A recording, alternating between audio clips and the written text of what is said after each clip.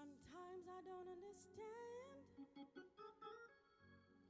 what's going on, and sometimes it seems like everything is going wrong, but I rest assured on this one thing,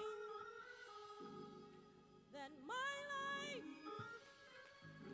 my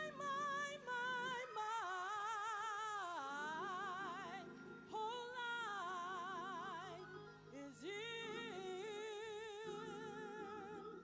His hands. You see, sometimes I don't understand what's going on, and God knows sometimes it seems like everything is going wrong, but I rest assured on this one thing, that my life, I can't speak for your life, but my life, my whole life is in His hands.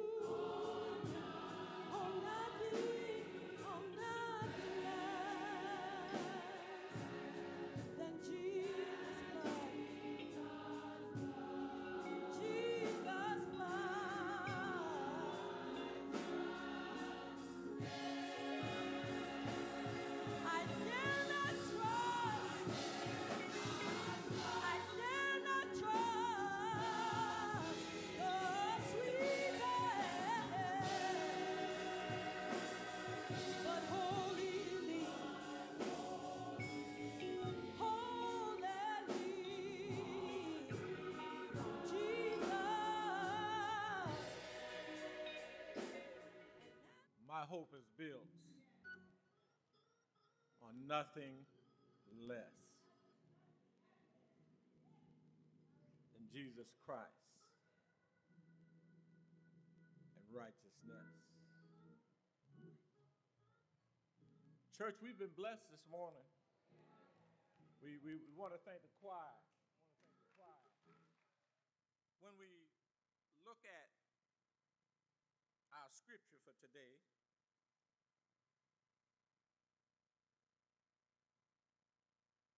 Ephesians 4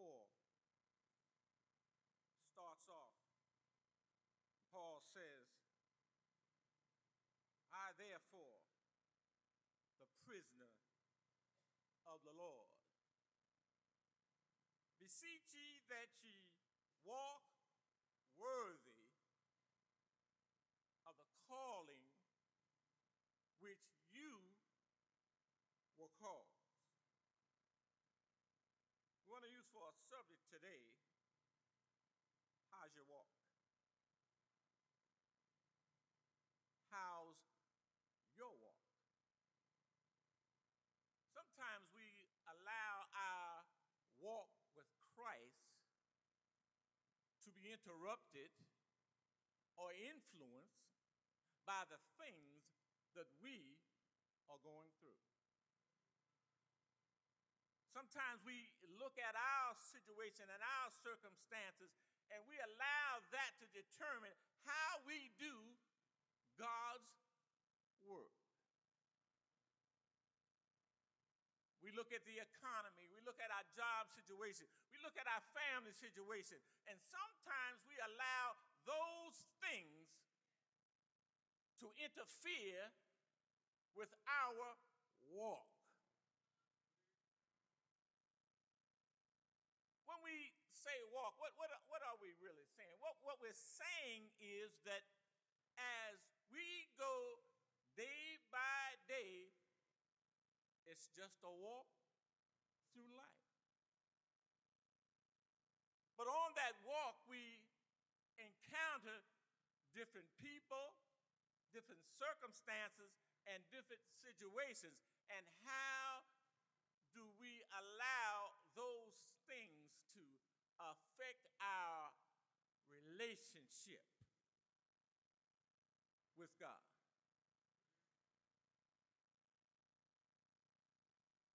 Paul says, walk worthy of the vocation wherewith ye are called. So that tells us that when God saves us, he calls us to a work.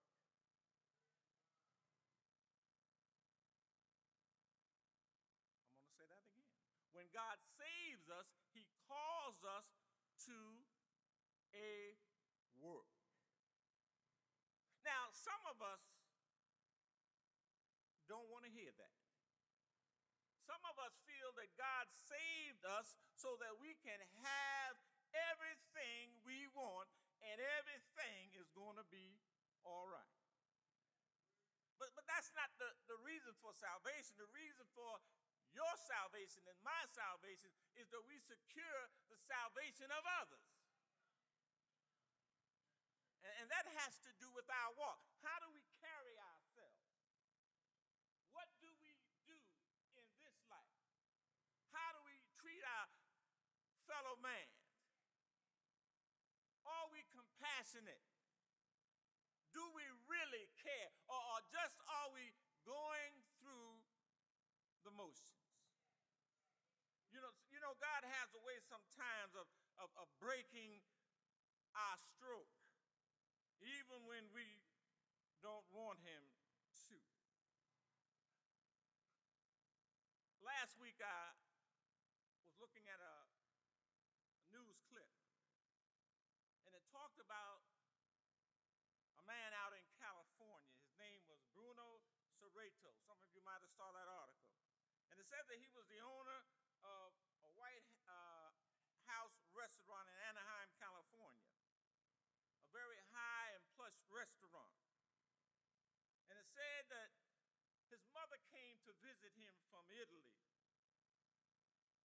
And he was on the board of the Boys and Girls Club in this city. So all it said that he was on the board. And it said that when his mother came, he wanted to take her down there and show her the Boys and Girls Club. So he took her down there, and as he was showing it to her, there were a lot of children who came from single-family homes and from there were deserted children, and she saw that they were hungry. And knowing that her son owned this big fancy restaurant, she said, "Feed the children." And in his distress, he said, "Oh, mama, mama." But he said that she would not give up until he consented to feed the children. It was 70 or 80 children, so he fed the children. This was back in 2005. And to this day, every day, he feeds the children. He said that he's fed over 250,000 meals to these children. The article went on to say that during the course of time that he had to refinance his restaurant and his house. And the newsman asked him, "Well, how long are you going to feed these children?" He said, "Until I die and go to heaven." And not only now has he been feeding the children, but he has started to help some of the single parents who could not afford to get a place of their own. And he was helping putting up money so that they could move into a place of their own by fundraisers. I said all that to say this, that sometimes we get involved in things just to be involved in things. But God has a way of, once you get involved, he has a way of bringing his plan to fruition. This man never planned on feeding anybody but those in his restaurant and making a good living. But God had another plan for the gift that he had given him. Walk worthy of your calling. His calling was one who could prepare fine meals, great dining. But his plan was never to feed the hungry and the homeless. But the Bible tells us that we need to walk worthy of our calling. All of us are gifted in one way or another, and we need to use our gifts so that God might receive the glory. Or it might not have started out that way. We might not have gone to college and got the degrees that we got because we planned on doing this or that. But God has a plan beyond our plan. And if we trust God, whatever God has given us, we'll be able to use it to his glory.